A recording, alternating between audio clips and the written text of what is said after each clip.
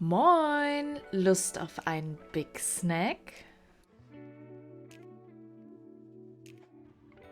Heute zeigen wir euch asiatisches Hähnchen.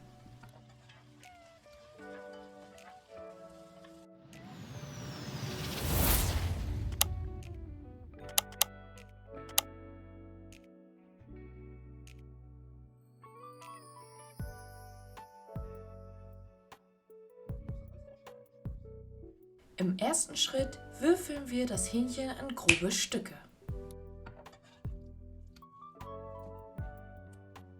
Dann marinieren wir das Ganze mit 2 Esslöffel Sojasauce und einem Teelöffel Sriracha und einem Teelöffel Honig.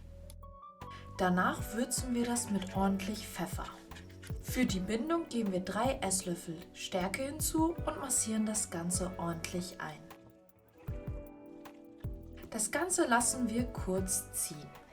Währenddessen nehmen wir uns unser Gemüse und schneiden es klein.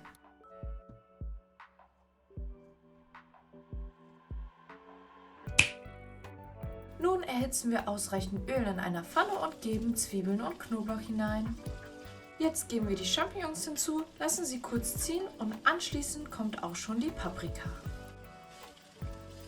Nachdem das Ganze kurz angebraten ist, geben wir auch schon unser Hähnchen hinein.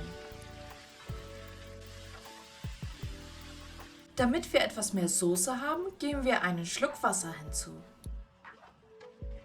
Abschließend geben wir noch Lauchzwiebeln hinzu. Das Ganze lassen wir noch etwas vor sich hin köcheln.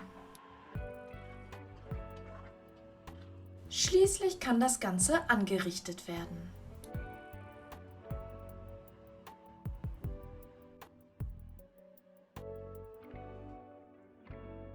Und dann haben wir unser Snack Time.